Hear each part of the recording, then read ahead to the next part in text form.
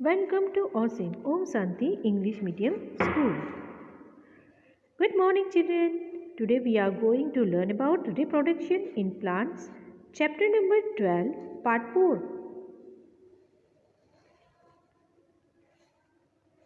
Fruits. In most plants, the fruit begins to form only after the egg cell have fertilized.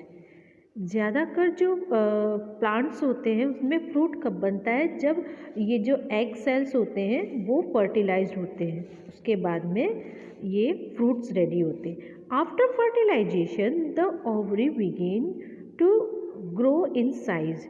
जब fertilisation हो जाता है उसके बाद जो ओवरी होती है वो साइज में बड़ी होने लगती, ग्रो होने लगता है उसका. The outer wall of the ovary becomes thick and form the fruit. अब ये जो ग्रो होने लगता है तो क्या होता है, इसका जो आउटर वॉल होता है ओवरी का वो मोटा होने लगता है और फिर उसके बाद में उससे फ्रूट रेडी होता है. The petals and the स्टेमन dry and fall of.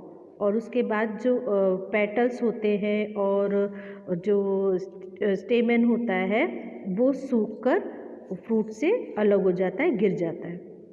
Once the seed inside the ovary have fully developed the fruit ripen. अभी जब ये जो सीड है ये ओवरी के अंदर पूरी तरह से जब डेवलप हो जाता है तब फ्रूट जो है वो पकना स्टार्ट होता है. The fully formed seed has an एम्ब्रॉय means baby plant. Okay, जो फुली वो जो होता है वो सीड जो होता है उसमें एम्ब्रॉय मीन्स बेबी प्लांट होता है सीड में. The seed loses most of the water as it dried and become hard and strong. ये जो सीड होता है इसमें से ज़्यादातर जो पानी होता है वो सूख जाता है और जो सीड होता है वो हार्ड और स्ट्रोंग हो जाता है. The hard seed protect the embryo. Most seeds germinate only if they have dried. और ये जो हार्ड सीड होती है, सीड होता है, ये एम्ब्रयो को प्रोटेक्ट करता है और ज़्यादातर वही सीड जर्मिनेट होते हैं जो सूख जाते हैं, जिसके अंदर से वाटर कंटेंट चला जाता है. Seed germination. अभी सीड का जर्मिनेशन कैसे होता है? When fully form dry seed get favourable condition they germinate. अभी जब सीड जो होती है, सूखे हुए सीड को उसका फेवरेबल कंडीशन जो मिल जाता है, ठीक है, तो वो जर्मिनेट होने लगता है. Seed that have a thin seed coat germinate in 2 or 3 days. अभी जो सीड जिसका जो आउटर कवरिंग होता है, जो सीड जिसको सीड कोट कहते हैं, अगर वो पतला है तो वो 2-3 दिन में जर्मिनेट हो जाता है. If the seed coat is hard the seed take many days to germinate. When a seed germinates a new plant is formed. और अगर जो सीड कोट अगर हार्ड है, कड़क है, मोटा है, तो उसको जर्मिनेट होने में काफ़ी दिन लग जाते हैं.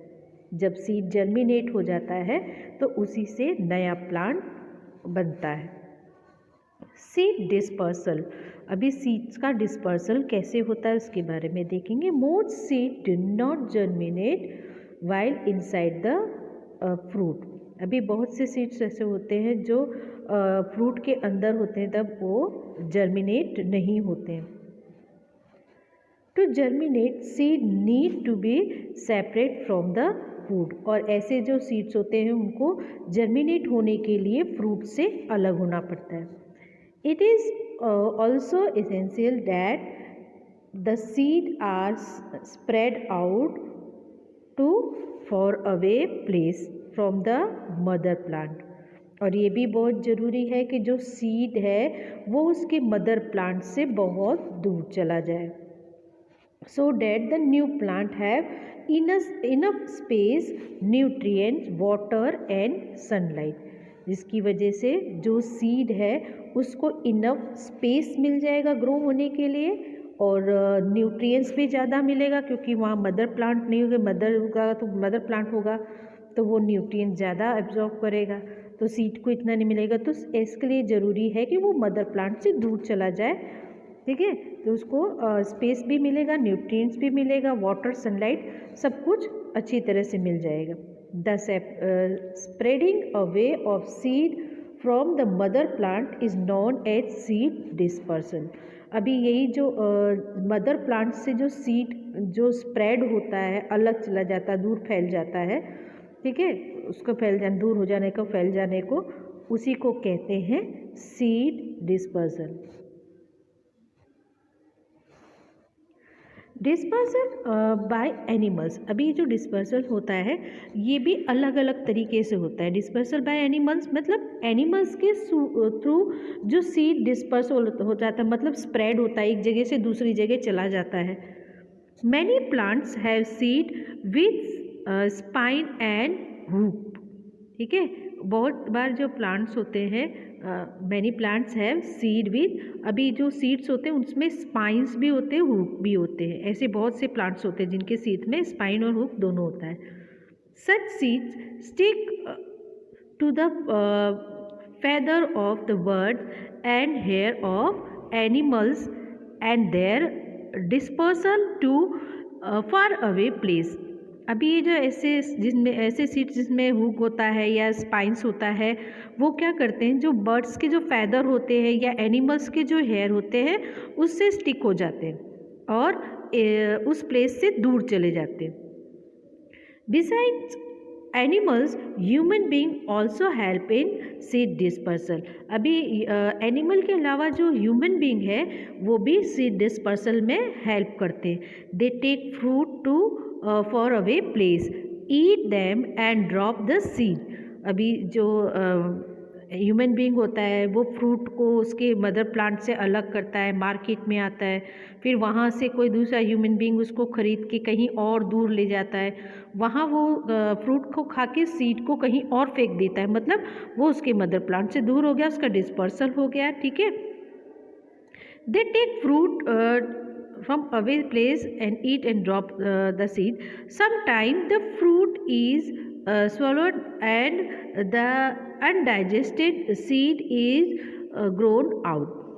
और कई बार तो है ना कैसा होता है मालूम है, पूरा सीड ही खा लेते हैं और फिर बाद में वो जो एनिमल्स होते हैं वो भी कई बार फ्रूट्स के साथ में ऐसे सीड खा लेते हैं, तो फिर वो जो वेस्टेज निकलता है उसमें वो ऐसे ही पूरा सीड बाहर निकल जाता है और वहाँ जाके वो ग्रो होता है। This germination when they receive water and soil, जब उसको वाटर और सॉइल मिलता है तब फिर ये जो सीड है ये जर्मिनेट होने लगता है। Dispersal by water. अब वाटर के थ्रू कैसे डिस्पर्सल होता है सीड का? Seed of plants that grow in और near water are carried by water to different place. वो प्लांट्स जो वाटर बॉडी के आसपास में या वाटर बॉडी में ग्रो होते हैं, उनके जो सीड्स होते हैं वो वाटर के थ्रू एक प्लेस से दूसरे प्लेस में जाते हैं, मतलब उनके वाटर के थ्रू सीड डिस्पर्सल होता है।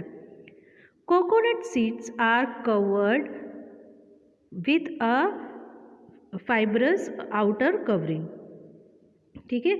आपको आगे के चैप्टर्स में पढ़ाया था कि जो कोकोनट होता है उसके आउटर कवर में जो फाइबर होता है, ठीक है। तो ये जो कोकोनट के सीड होते हैं ये फाइब्रस का आउटर कवरिंग होता है इस पे। This keep the whole fruit light, thus helping in the floating और वाटर। और ये जो होता है आउटर कवरिंग जो होता है फाइब्रस का, वो उस पूरे फ्रूट को लाइट बना देता है, कोकोनट के जो फ्रूट है उसको लाइट बना देता है और उसको वाटर में फ्लोट करने में हेल्प करता है।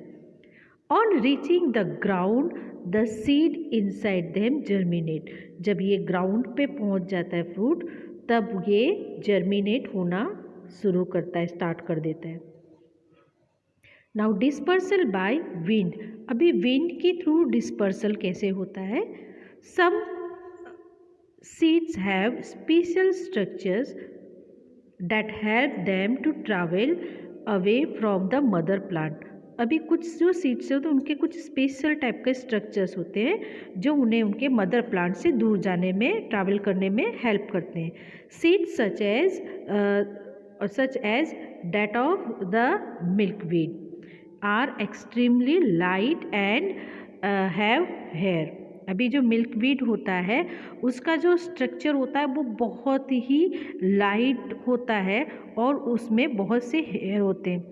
आप लोगों ने देखा होगा कई बार आप बैठे हो तो हवा में कुछ उड़ता हुआ सा आपको दिखाई देता है जिसके अंदर एक पीछे सीड जैसा होता है और ऊपर पतले पतले से हेयर से दिखाई देते हैं जो बहुत हल्का आप फूंक मारते हो तो भी वो उड़ जाता है.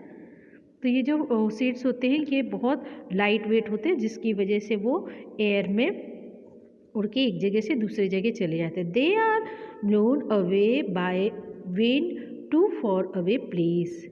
ठीक है, ये जो सीड्स होते हैं ये हवा से उड़ जाते हैं और उस प्लेस से बहुत दूर चले जाते हैं. सीड्स ऑफ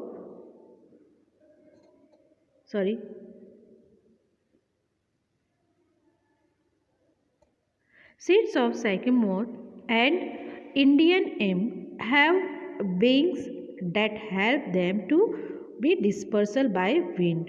ठीक है, अभी कुछ जो सीड्स होते हैं जैसे साइकेमोर का जो सीड होता है और इंडियन एम्स जो उसको कहते हैं वो उसका जो सीड्स होता है ये भी बहुत लाइट वेट होता है और ये विंड के थ्रू एक जगह से दूसरी जगह चला जाता है. Dispersal by explosion. अभी एक्सप्लोजन के थ्रू जो डिस्पर्सल हो जाए, अभी एक्सप्लोजन का मतलब इतना ये भी नहीं कि जोर से पटाखे की जैसे. अभी आप ये पिक्चर में देख सकते हो.